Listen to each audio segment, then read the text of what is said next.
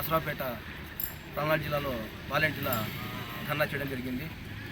గడిచిన 6 నెలల నుంచి ఏదైతే ఎన్డీఏ గవర్నమెంట్ ఉందో వాలంటీర్లకి ఎటువంటి బకాయి వేతనాలు చెల్లించకుండా ఎలక్షన్ల హామీలలో మేము అడగకుండానే మాకు అనేక విధాలుగా హామీలు ఇచ్చి 10,000 జీతం ఇస్తాం, ఉద్యోగ భద్రత కల్పిస్తాం, మీ జీతం 5,000, మిమ్మల్ని మంచి భావితరాల్లో మీ కుటుంబాలు మీరు బాగా ఉండేటట్టు చూస్తామని చెప్పి ఇన్ని హామీలు ఇచ్చి ఈరోజు జీవో లేదని చెప్పి ఒక ప్రీ ప్లాన్గా ఎన్డీఏ గవర్నమెంట్ వాలంటీర్ వ్యవస్థని రద్దు చేసే కార్యక్రమం పూనుకుందండి. దీనికి తీవ్రంగా రాష్ట్రంలో ఉన్న వాలంటీర్లు మొత్తం మేము దీన్ని ఖండిస్తున్నాం.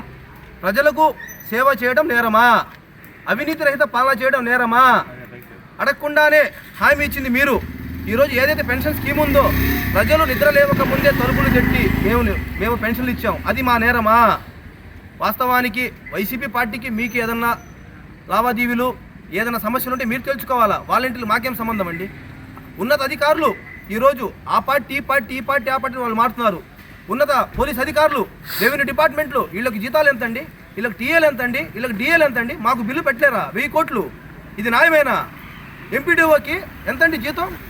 మండల పరిషత్ నుంచి ఒక జీతం, కార్కేమో అలవెన్స్ కింద ఎన్ఆర్సీ కింద ఒక జీతం, ఇలాంటి ఇన్ని విధాల జీతాలు ఇస్తా. రిటైర్మెంట్ తీసుకున్న తర్వాత కూడా 58 సంవత్సరాల నుంచి ఉన్న ఉద్యోగాల రిటైర్మెంట్ 2 సంవత్సరాలు జీవో ఇచ్చి 60 చేశారు, దాన్ని 62 చేశారు.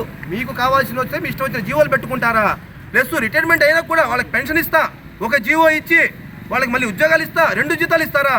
నారా చంద్రబాబు నాయుడు గారికి మేము ఒకటే అడుగుతున్నాం, ఈ సభాముఖంగా చేసేది ఒకటే, మీరు ఇచ్చిన హామీ అమలు పరుస్తారా లేదా? అమలు పరచకపోతే 2,60,000 మంది ఇంటూ మా కుటుంబంలో తల్లి బిడ్డ చెల్లి అందరు రోడ్డులో కూర్చుంటాం. 15 లక్షల మందితో విజయవాడని స్తంభింపజేసే బాధ్యత మేము తీసుకుంటున్నాం. మేము అడిగామా మిమ్మల్ని హామీ ఇమ్మని? మీరు ఇచ్చారు హామీ. ఒక్కసారి మీరు మాట్లాడిన మాటలు ఒక విలేకరులకు మేము రిక్వెస్ట్ చేసుకున్నాం, మీరు వినాలా. ఎంత దారుణంగా మాట్లాడంటే ఈ మహానుభావుడు. ఓపెన్ చేయి.